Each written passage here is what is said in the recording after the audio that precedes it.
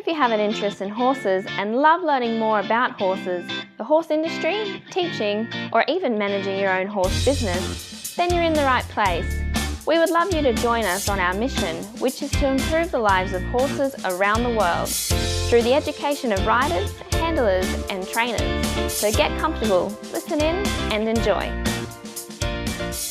Today's chat's been brought to us by Online Horse College. If you're interested in getting a government-accredited qualification within the horse industry, have a look now, onlinehorsecollege.com. And today we're going to talk to William Faerber, or Faerber. I'm going to get Will to pronounce that because he does it so well with the accent, who's going to talk to us today. Now, I'm sure that Will's not coming as a stranger to quite a lot of people. He's done a lot of training. He studied extensively in Portugal with Nuno Oliveira. He's competed in eventing, jumping and dressage. He's a musician. He does lots of other things that we'll talk about through our chat today. But let's get started. How are you today, Will? I'm wonderful and lovely to be here with you. Oh, great to talk to you too, Will. And I'm sure you've got lots and lots of brilliant information for our listeners.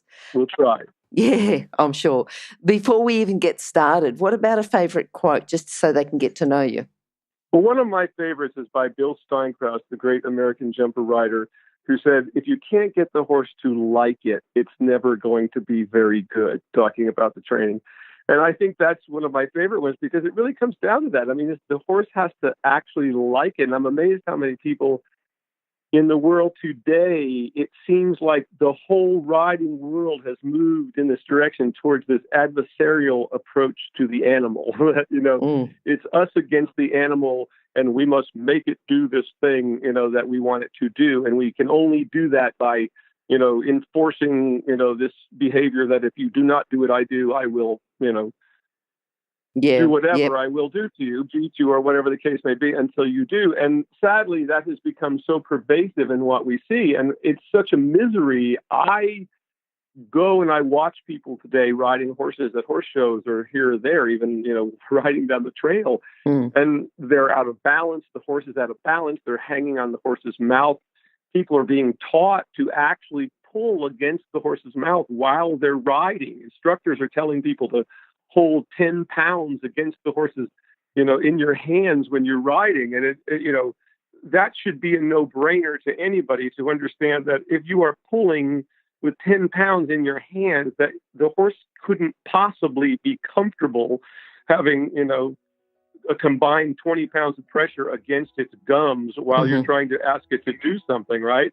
Yes. So it's just amazing to me how far we've come, and that there seems to be this disconnect between people that, when they're not on the poor animals' backs, they're doing everything they possibly can do to, to show you how much they love these creatures and show the horses. But yet they've been trained by people who've told them that, well, when you're in the saddle, this is what you do.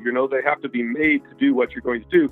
And as a person who's ridden horses, in pretty much every kind of horse sport there is from the time I was a child, I just learned that, when you're out there, because I was always the kid that got put on the horses that were stoppers and this kind of stuff, Yep.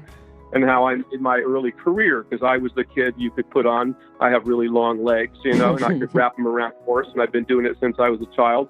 And I could make them go, but I would come away sick to my stomach because my father, who was a great rider, didn't teach me that. I mean, what I teach now is what I learned from my father, and I had to go back and, when I began to ride professionally and ride with professionals, and once again, from the very beginning, I'm talking about going back to the 70s, it was already this, adversarial approach to the horse, that it's, that's we're making it do something rather than, the classical ideal, of which I came to learn in many years to figure out what that actually meant, that we could get the horse to accompany us and be a companion in this work that we do, just like a dog goes out with you. Not that it's different than what a dog does, but they, when you really ride a horse that really tries and is trying for you, it's such a totally different experience than one that wants to kill you. Yes.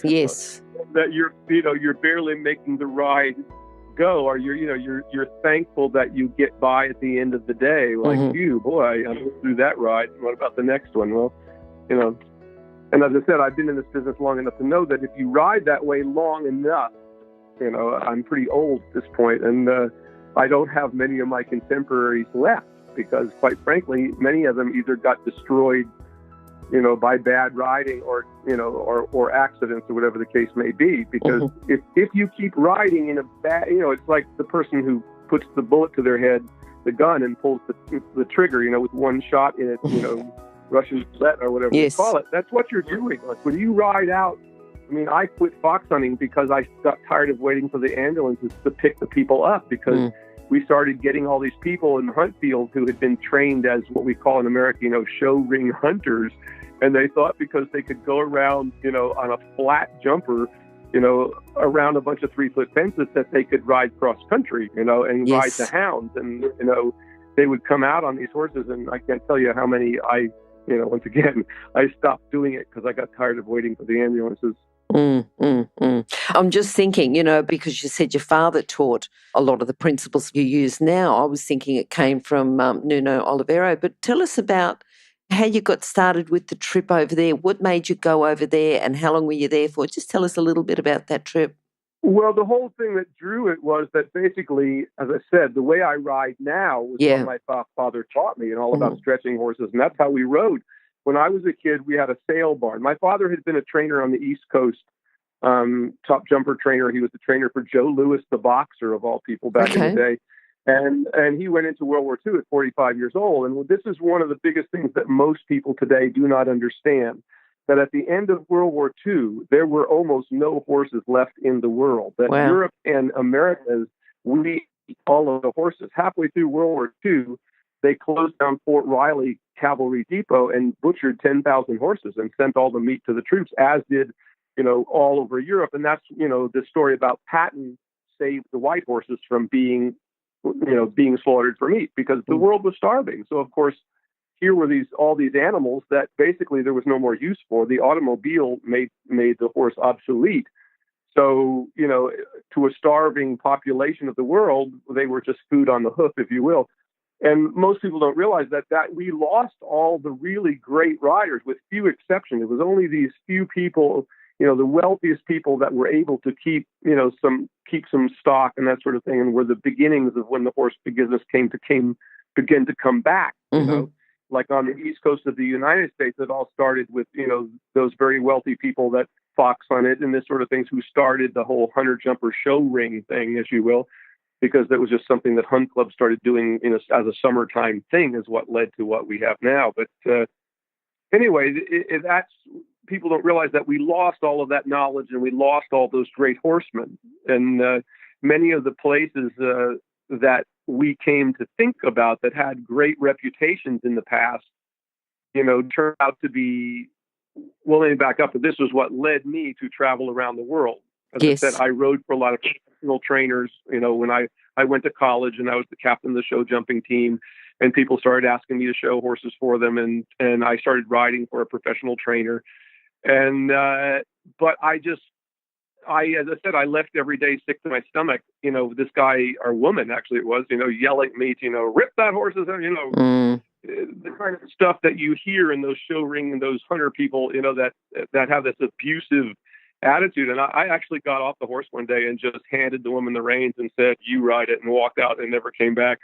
And because I just couldn't stand it, because all it seemed like was, these animals that I'd grown to love my whole life, had been my best friends growing up, and my horses were my friends. I spent all my time on horseback, through my childhood. And, so it was like I had never experienced people just whipping and beating horses. This was something that, my father used to take me around as a child, and we grew up, we moved to Kentucky from New Jersey when I was 4 or 5. That's where I got my first horse, when I was 5. And, my father would take me around to these saddlebred barns and Tennessee walking horse barns and show me the horrible things they did to these horses. He would actually take me and show, look what they're doing to this animal, because he was completely aghast at it. So that's sort of what, began my interest at a very young age, of looking at what was really going on with horses, and looking behind behind the curtain, so to speak. Yeah, yep. So anyway, trying to get back to what I had begun with, which was what I do now, which was, a sane, humane approach to working with animals.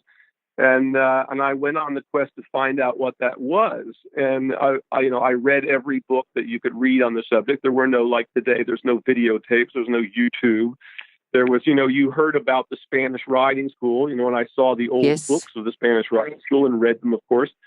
And so I set out to go to Europe and find out what the truth was, if you will. And I had learned about Nuno Oliveira from some of his other students. I went through an instructor school for a year after college that was run by the woman who used to run Morven Park, if you remember Morven Park on the East Coast. Yes, I do, actually, yeah. So that was, what was her name? Something Rose, Mary Rose. And she was an MFA from England. And anyway, it was an interesting time to go through it, and it was an introduction to kind of her idea of what dressage was. Once again, I came to realize I needed to look further. But they were all people who were going over to Nuno's. And I was beginning, once again, I was reading all the books that there were to read on the subject, and reading all the old, the Steinbrecht and this and that, and all the French ones, and comparing the schools and reading all about that, and trying. But it was always difficult, because in those days, because there were no videotapes, we had nothing that we could see of this work, we saw horses at the circus, and we saw horses,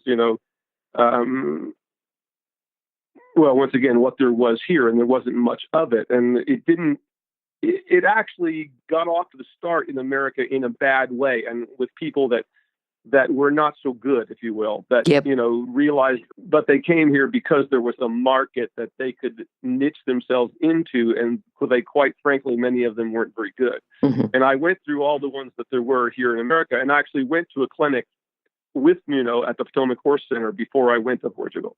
So I went to that clinic first, and I rode a horse, and I certainly thought it was the most interesting thing. At least it was a humane, kind approach to the animals, and the connection and this sort of thing. And I, before I ever studied with him, I actually read his book, Reflections on Equestrian Art, which should be in everyone's library.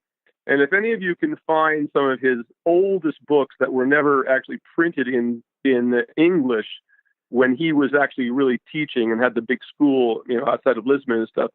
And in all the pictures, he has all of the students stretching their horses, in that very way. That a lot of people don't realize that, Nuno and Egon van Nijndorf were the two top riders in the world after World War II. And they both quit competition back then, in probably 1950. I don't remember the exact date, but they both walked away at about the same time, saying that they did not like the direction the sport was going. And that was all the way back then. And they were considered the two greatest riders in the world, and still to this day are, by those who have enough education to realize who they were, and what they had done. And their original, what I've come to know now, because I went there and I've studied, and read the books, whichever should be in everyone's also library. I mean, the two books that I really suggest is the book. It's written by a man named Eric Herbermann, who was a student of Egon van Nijndorf, and he very faithfully wrote down van Nijndorf's system, which is pretty much, what I would say, what I follow. If I read something that I said, I was doing this before I read the book, when I read it and went, well, here we're on the same, my influence comes from back at the French classical writers, like Fritz was the French who invented the Chambon, for instance, and the idea that horses need to develop and needed to have their necks out in front of them and not pulled into their bodies, if you will, and they needed to develop in that system, rather than, what's wrong with our system today is people just take the horse and crunch it into a frame, and start driving it like they're driving a car, if you will. And unfortunately, there's no suspension on the animal, so of course all the joints fall apart, and that's why we see such a, short-lived careers of all these horses today, if you will. But anyway, I digress a little bit, but that's what led me to Nuno, and I went there the first time. And from there, I went on. I studied at Mafra in Portugal. I studied at the Cadre Noir in France. I went to the Spanish riding school and spent 2 weeks. And I came away from all of those places still pretty confused, because no one was doing I wasn't seeing the ideal that I had in my mind because what a lot of people don't realize about Nuno Oliveira, he was a very interesting person to go study with, because most people don't realize that he retired and he only went back into training horses because he was completely broke. So by the time he came back into the business, and he had a big supporter in Phyllis Field, and she basically is the one who brought him back and gave him horses to train and got him back going again. And,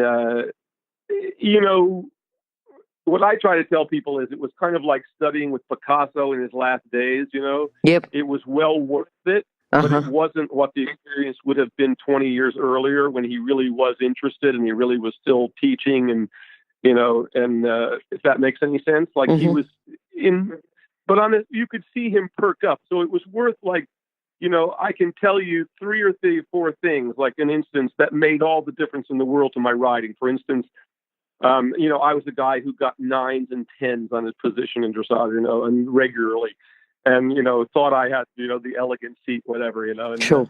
So I'm riding along, and he would sit up in his little tower there, not tower, but the little gallery, and he puts his hand on, he stops me and leans over the little window and whispers down to me, he says, "Stop trying to look so elegant and just ride the horse." I mean, it's like that.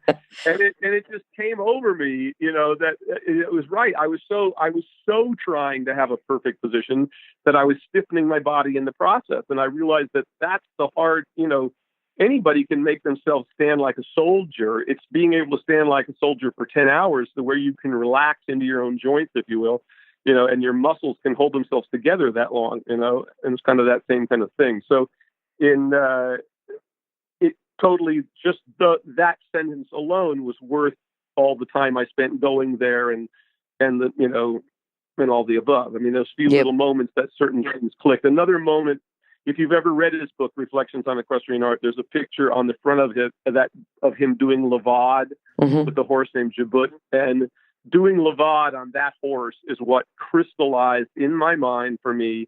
And the horse was like 30 years old. So all these horses, by the time people my age, which is also why you have a wide variance in the people that say that they're, what I tell people is that I studied Nuno Oliveira.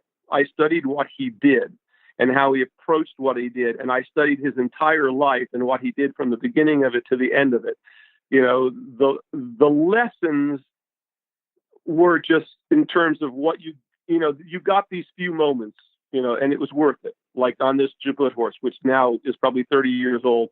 But when all you had to do was just stiffen your back and the horse would just lift itself up into the most perfect Levade imaginable, exactly as he did it, and with absolutely slack reins, lowering his hindquarters, hocks nearly to the ground, and you could feel him just curl his withers up underneath you. Because in order to do that, that's what they have to do. The back has to literally be pushed up underneath you. And you could sit like that for what felt like forever. And then when you just relaxed your back, the horse would just come down and walk. Yep. And that moment for me crystallized what collection was and what it wasn't. It's not shortening a horse's stride, if you will, which is what people seem to think it is. If you're an equestrian coach or a horse riding instructor, or even if you aspire to be one, have a look at the free video series for horse riding instructors on the Horse Chats website. Go there now, have a look, horsechats.com. Yeah. Oh, well, I was going to ask you, the difference, because you'd studied with a few different schools, what the main differences were. I think you've sort of just explained it, but anything else you'd like to add in talking about differences? In the difference in the different schools was really the different. I think Rainer Klimke said it well when he said that at the end of the day, there was kind of this school and that school, but at the end of the day, the really great riders all end up at about the same place. Which is they have the idea that their legs need to be relaxed. You can't hold against the mouth of the horse. And if you look at many of the different teachers who sort of were the fathers of dressage, like Boucher. And, Boucher, all the junk that Boucher did in the beginning of his career, he's the one who invented the roll curring idea, But at the end of his life, he totally rejected it as an idea. And in his writings, that's when he returned to his last system was called, he called it his system in bedroom slippers. Yes. And that's really, what Mr. Oliveira was all about. Your legs have to be draped down the side of the horse in relaxation, but yet you have to keep a core engagement, And the thing that was confusing, there's a couple of little videos on YouTube for people who are really interested in the history of all this and why it's so confusing. There's a couple of videos on YouTube that are grainy, that are from Nuno Oliveira at his heyday when he was doing one of his exhibitions, and he does Lavad and some other things. And you see what he looked like, and he had a perfect position. His back was absolutely straight, none of this sway back, with his belly out in front of him with a cigarette. I mean, unfortunately, what people think of him now, they imitate Nuno when he couldn't ride anymore. Mm-hmm. And he knew he couldn't ride anymore. He used to tell people all the time, "Oh, God, please don't take my picture. I look terrible." And he knew it. And really, the riding, this is what was so confusing, because he and his son rode at the same time. They rode 2 horses each. And every morning you got up and we watched, and the two of them brought in 2 horses and rode and trained them together. And it was like watching 2 different things. His son was flying around the arena in what I would call working gaits, in real gaits. Yep. And Nuno was kind of like going around in this weird kind of slow motion thing where it was just, this weird kind of passagey trot. But what I came to know is that he was in so much pain. He really couldn't ride anymore. And he was putting on a show for the people that came. But the show was not the show that you would have seen 20 years ago, because he couldn't do it, Okay. And it led to a lot of confusion about his teaching. It took me, and it was only, and here I'll tell you, this is the, where it all came together for me, is that he arranged for me to go to Paris and spend some time with Michel Henriquet. And I don't know if you've ever heard of him, but he's the one who wrote the book, 25 Years of Correspondence with Nuno Oliveira. And he was a wealthy banker who lived in this beautiful chateau with this beautiful riding stable. And Nuno had come there 4 times a year for a month for 25 years. So he had horses. So Nuno arranged for me to go there. And when I saw those horses, then I went, okay, now I get it. Because in Portugal, Nuno had a bunch of young horses he wasn't getting anywhere with, quite frankly, because he was just too sore, I think, really to ride them. And he had all these old broken down horses that were the school horses that half of them, they still went around. They still did some interesting things, but their backs weren't up. They were barely trotting around the arena in some cases, if you will. So when I saw what these horses were doing, then I put it together. Well, I could see how Nuno was trying to start these young horses that he was starting in those days. And as I said, he died shortly thereafter. I don't think he ever got anywhere, particularly with this sort of batch of young horses, because I went there for 5 years in a row, and he was sort of, he was traveling a lot, and we kept coming. I would go there for a month every year, usually at Christmas time, and because that was just for me. That was California. That was the easiest time. That's the rainy season here. I could get away because my barn would usually be flooded half the time. So anyway, but, over those 5 years, I saw that things were not, he was looking worse. The horses weren't getting anywhere. The young horses were, that he was training, because he was gone most of the time. And, he didn't live very long. I mean, he died at 64. He died in Australia at a clinic, and I talked to him, I think, like the week before he died. He was going to come to Texas and give a clinic, but he died before he got there. But anyway, it was a sad thing.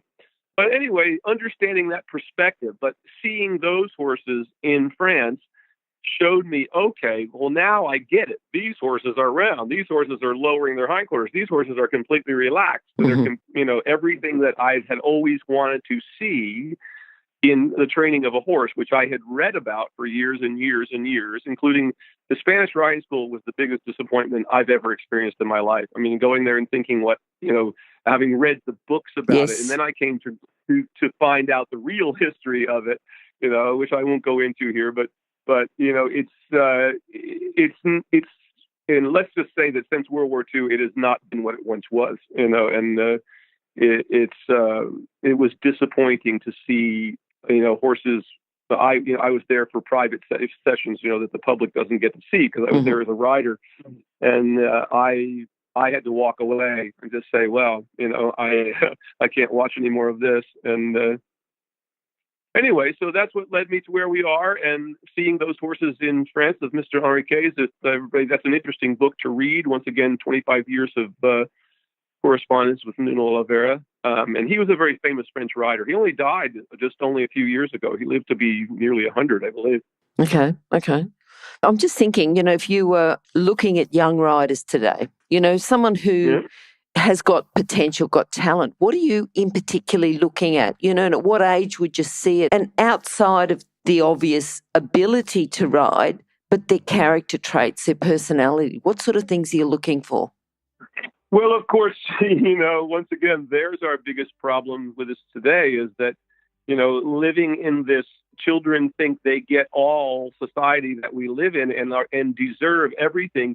It's very interesting to see how, when I was growing up, and people like, the Queen of England was an inspiration. You saw, yes. My father used to show me pictures of how, look, her kids are out there mucking their own stalls, just like I had to do, Mm-hmm. And, and we really had to groom the horses, and we do this. And I just think parents who send their children to these horrible riding schools where they have no idea half the time that these horses are being drugged half the time, and that they're not really learning anything. And, and the horses are handed to these kids, and they trot around, and they think they know how to ride. And the real sad thing is for the people who aren't, I grew up in a horse family. If my father saw a trainer doing some of the things, I saw a show not long ago, and I sat and watched 4 young people go to hospital from one class, one of which the trainer whipped the horse. The horse wouldn't go in the ring. The trainer ran down the in booth, whipped the horse and no one said a word, whipped the horse repeatedly into the arena. The kid went off, fell on the horse fell on top of the child at the very first fence, which I couldn't believe that the officials didn't say anything to this trainer whipping this horse. And this is at the big, national, Indio horse show, and this kid goes off to the hospital. So it's coming in a real sense of, I don't get the real impression that these kids really like horses or love animals. I mean, that's the biggest thing that I look for. Do these kids really have a feel for this animal, or is this animal just another, trinket of some kind or other to them, or a status symbol or whatever the case may be? And as I said, the Queen used to clean her own stalls, and so did her kids. They knew that, I was fortunate enough to fox hunt with a lot of those kind of old families when I was young, and I remember reading in one of the books talking about how, you might be going to be the King of England one day, but this horse is going to tell you the truth. Yep. This is the only creature in your life that's ever going to tell you the truth. Your dog's not going to tell you the truth.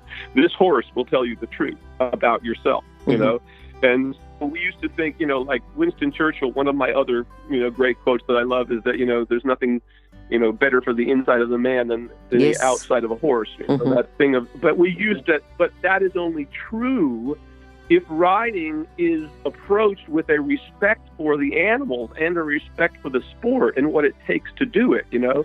When you dumb everything down, when kids are handed horses and, when they don't win a blue ribbon, they throw the reins down and walk away, which I've seen at horse shows I more than once, I'm sad to say, and parents follow after them like, oh, you poor darling, yes, we'll buy you another one, Yep. This does nothing. This doesn't riding should make you a better person. That's, I guess, at the core of my teaching is riding should make you a better person. In fact, I was just, and the things that we look at, I encourage my students, what I really look for is, is those people that have that spark and they have that intelligence, and you can tell that they're willing to do the work. Riding is not easy. It takes a great deal of concentration. Like people tell me, well, I'm a concert level pianist. Okay. It took me as long to do this that it did to do that. It took me 20 years to be a decent rider, and it took me 20 years to be a decent piano player.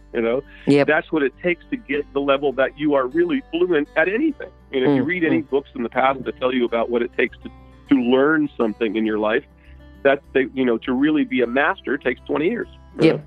And that's what it takes to even think you're at that level. And I've been doing it now. Let's see, this will be my 60th year on horseback. This is my 60th year, amazingly enough.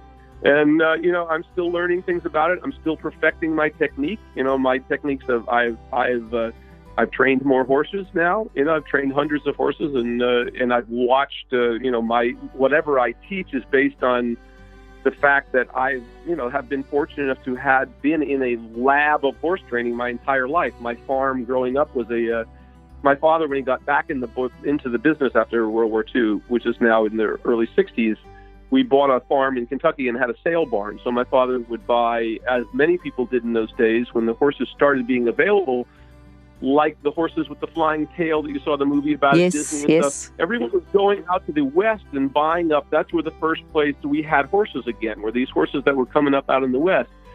And my father, as many other jumper trainers did, were going out there and buying up all the big ones. So my father was doing that. He'd go out and buy 50 horses at a time and bring them back to our farm. And I could have any of them that I wanted, but I had to take care of them. So, I had one or two that I, claimed to be mine, and the rest were in pasture. And when people wanted to see them, we were brought up and they'd say, well, I want to see that one. And we would catch that one and get on it and ride it. And sometimes these horses have been out in fields for a year without anybody on them. So let's just say I got an very early, I learned how to keep my shoulders back at a young age. If you're an equestrian coach or a horse riding instructor, or even if you aspire to be one, have a look at the free video series for horse riding instructors on the Horse Chats website. Go there now, have a look, horsechats.com. All right. Now, just thinking, because you've had, all the things that you've done. If you had to pick one proud moment, is it like one particular time, or is it, a series of improvements?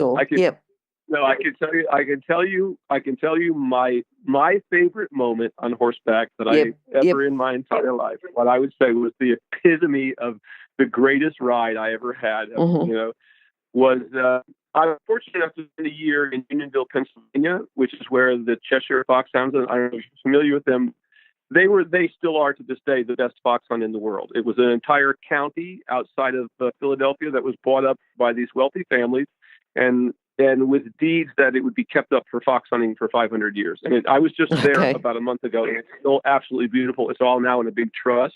Yep. And that's where Bruce Davidson, the great 3-day event rider, comes from. So his family, he married into the family that owned the hunt there. So, and people like Michael Plum, all those old Olympic riders that you think of, this is the greatest fox hunting in the world. So I was fortunate enough to spend a year there as a trainer for a family and get to go out fox hunting, with these kind of people on a daily basis, with 125, 150 horses in the field. Gallop in Unionville, the entire county, like the size of Los Angeles County, if you will, is all for fox hunting. Every fence has to be 50 feet off of the road. Every fence has to be post and rail. There has to be a jumping panel every 100 yards in all the fences everywhere you go. So you literally, and you have estates like the Campbell Soup Estate that's 5,000 acres of mowed grass and post and rail fences, and you can literally just gallop as far as you can possibly imagine going. Wow. So I was out, my job was to take these young steeplechase horses off of the racetrack for the family and start fox hunting them. So I'm out there one day, we go on a hunt, and we get on a run, and there's about 125 horses in the whole thing. And I'm at the back, because, I'm a worker, so, I'm at the back of the thing. But the way it works is once you get going, the people who fall behind. So we had been on a run for about probably 45 minutes. We'd probably gone over 30 fences or something cross country in varied terrain.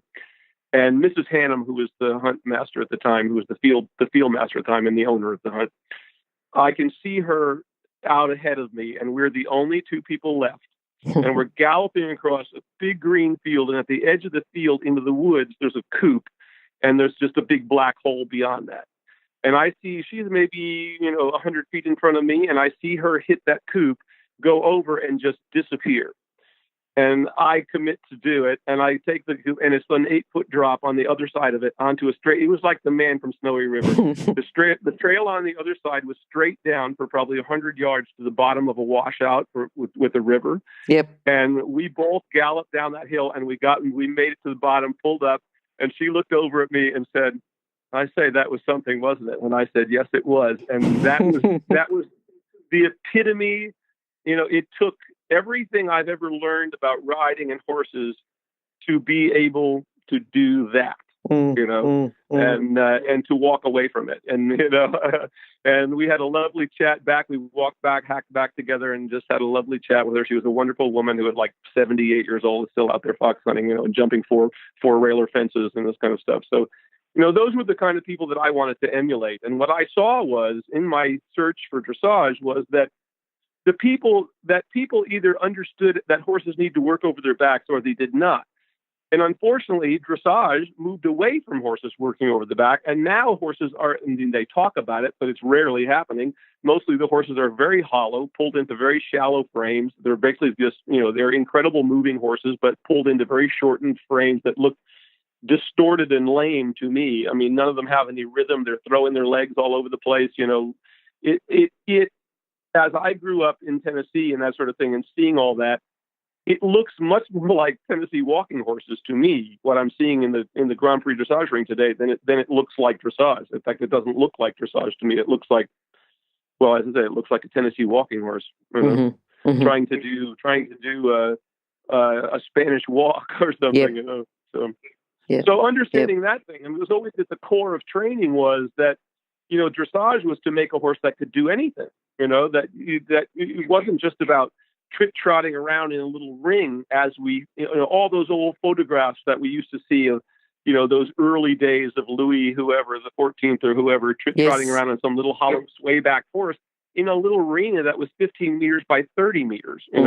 Those horses were doing what they were calling dressage, but it was really the saddlebred training of its day, if you will. The horses were moving flat-footed.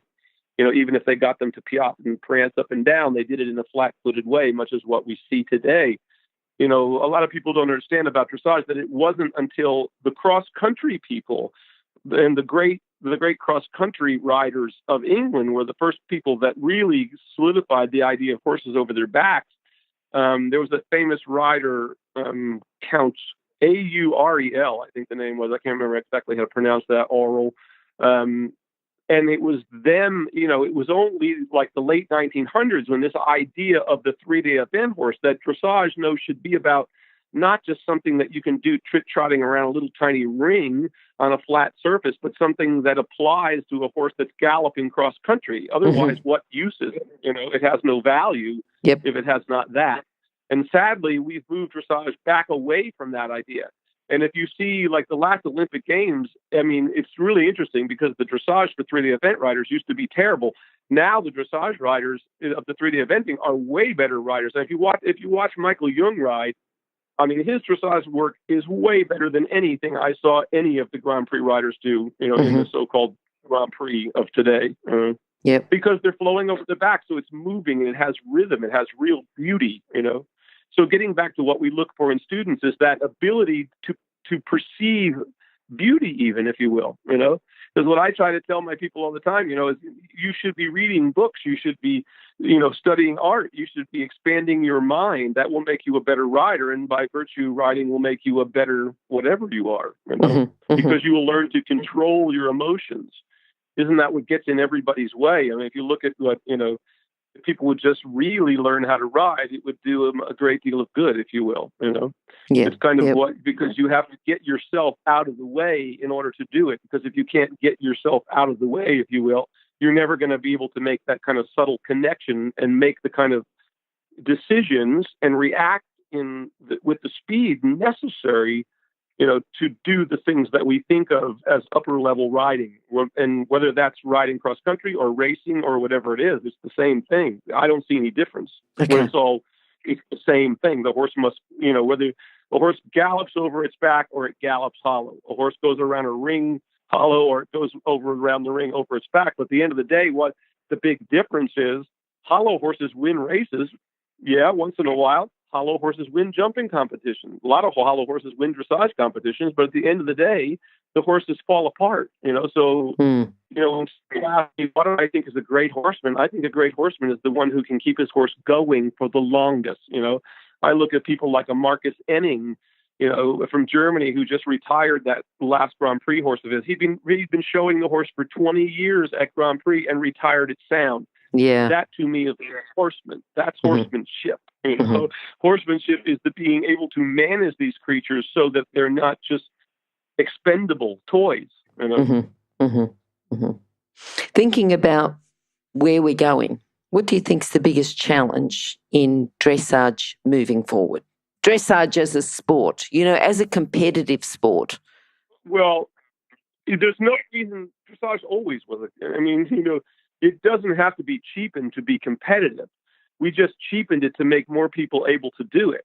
The problem is, I think a great deal of people, once again, if you have learned to ride by holding 20 pounds against your hands the whole time you ride, you need to learn to ride all over again. I mean, in the sense of, it's like this, and every time we've ever had a good coach that's tried to teach us that, and I go back to even like Jack Legoff, when he was our, 3-day event coach, we lost him. He was the greatest 3-day event coach. And the only time we've ever had a great team was when he was our coach.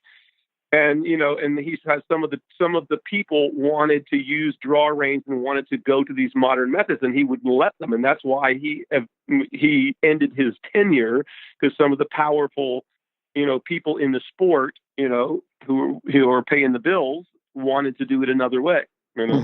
Much to the demise of the sport. Yep. I mean, it's just like even for jumping. If you read Bert Denemeth, for instance, was the guy who introduced the idea of draw reins, to horses.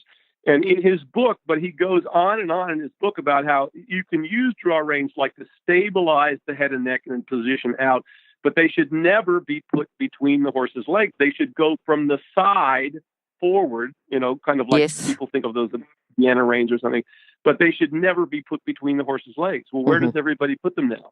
Yep. Between the horse's legs. So all the horses end up with their broken necks, with their chins pinned down to their chest, Yep.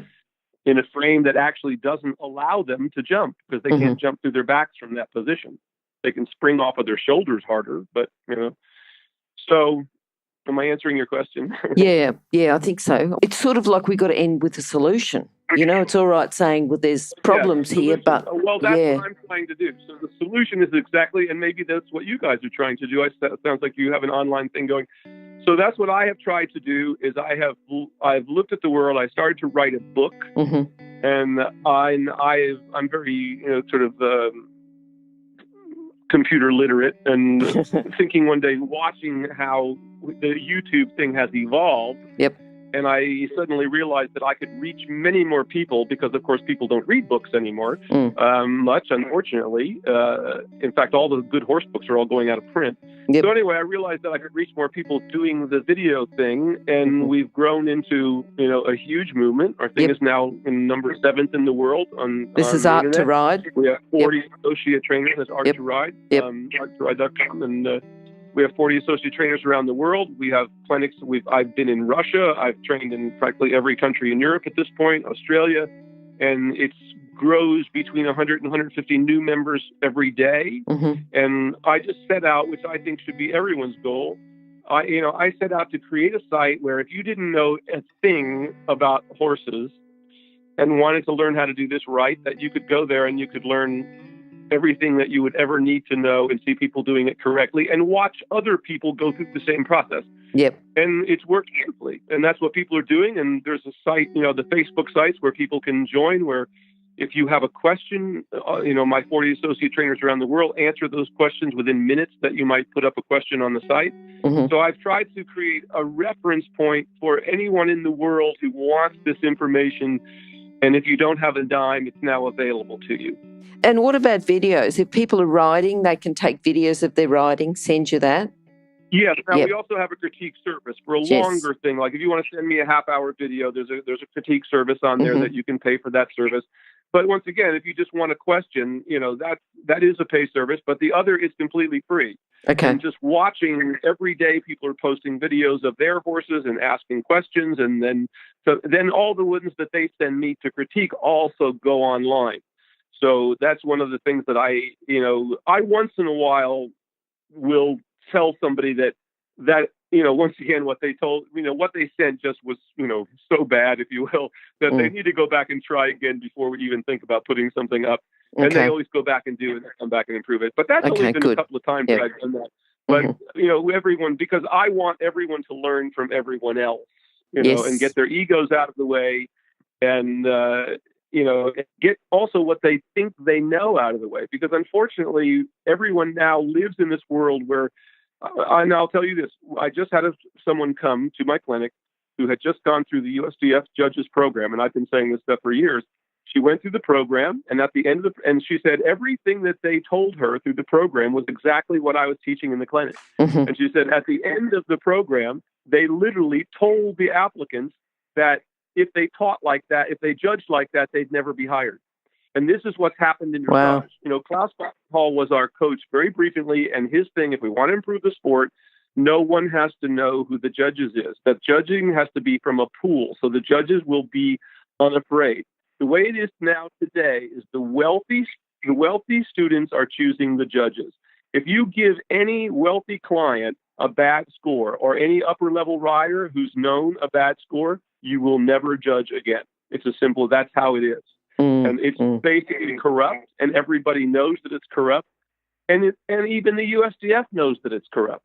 So we have to change it. So one of the things that we're doing is we are starting the World Dressage Federation. So we are starting an entirely new dressage federation, based on sound principles of classical work, and the rules thereof will be that, and design much more.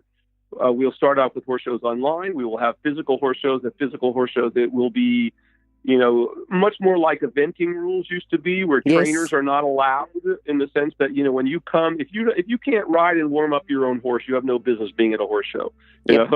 You can't have a trainer screaming things at you from the edge of the line. And that's how it always was in eventing, because, this is what the problem is. We get people coming to horse shows, and they get this idea from the time that they have to have somebody holding their hand every second. I mean, once again, if you can't ride your horse well enough to go to a horse show, then you shouldn't be at the horse show. You know what I mean? If you can't warm up your own horse with some reasonable level of safety and ability, what are you doing trying to ride in a horse show? But the horse show people realize, the people who put on horse shows, which is now just this big industrial deal, they realize that you could charge kids to go over poles on the ground. Kids are happy to pay $100 to go around and have somebody lead them over a pole on the ground. The trainers love it. They get paid for doing it. It's ridiculous. It's what's led to all this nonsense of, these people being so trainer, once again, it's, that's why if you ever rode in the hunt field, at the end of the day, what I loved about the hunt field is that, you have to ride. And if you can't ride, you're not going to make it. There's no one's going to make it for you. There's no one's, yelling commands at you from the side. If you don't have the skills, you're going to get hurt. And unfortunately, once again, that's why I quit fox hunting, because there got to be too many people getting hurt because they weren't getting the level of education they needed to be able to come out and do what they were trying to do. Same thing with eventing. That's why we have so many people getting with eventing. We took out all the roads and tracks and the steeplechase, which used to eliminate all the riders who had no business being there. Take all that, and now they just get to go cross country. We're having 4 deaths a year at 3-day eventing. That's crazy. And that's why. So many questions I can keep asking, so much we can keep talking about. I'd love to have you back again. I'd love to talk and just explore some of these areas that you've talked about. You've just got so much information you can talk to us, give to us. But if people would like to contact you, the best place is Art to Ride, and that's ART, the digit 2, the number 2, and then ride.com. Exactly right. And once they get to there, that will lead them to the Facebook sites, which there are numerous ones. There's an open Facebook site, and there's another one called Fans and Followers that you have to ask to join, which is really where the real community is of people who are doing this on a daily basis. And, good. And it's a wonderful group, a really supportive group of people, and I suggest anybody who is looking for a nice bunch of horse people, that's the place to go. It's all kept very positive. All right, perfect. All right, Will. Well, I think if people would like to talk to you too, those contact details will be on your page, which will be horsechats.com/William Faerber. And now your name, it's Faerber, Faeber, Faerber. Yeah, you can say Faerber or Faerber, either one. Okay. Maybe just go to Horse Chats and search for William and you'll find it. Or search for Will, you'll find it. Yeah. Listen, it's been lovely chatting with you, and if you're ever in our area, stop in and see us. Love to. Okay, good to talk to you, Will, and hopefully we'll talk to you again sometime soon. We'll talk to you again. That was fun. Okay, bye-bye. Now, if you're still there, you probably know that I'm absolutely passionate about education within the horse industry. That's why I host this podcast. My other venture is Online Horse College. Have a look now at onlinehorsecollege.com and I'll see you over there. Remember that our comments and instructions are general in nature and do not take into consideration your individual horses or your individual ability and circumstances. If you enjoyed this podcast, then please leave your comment below.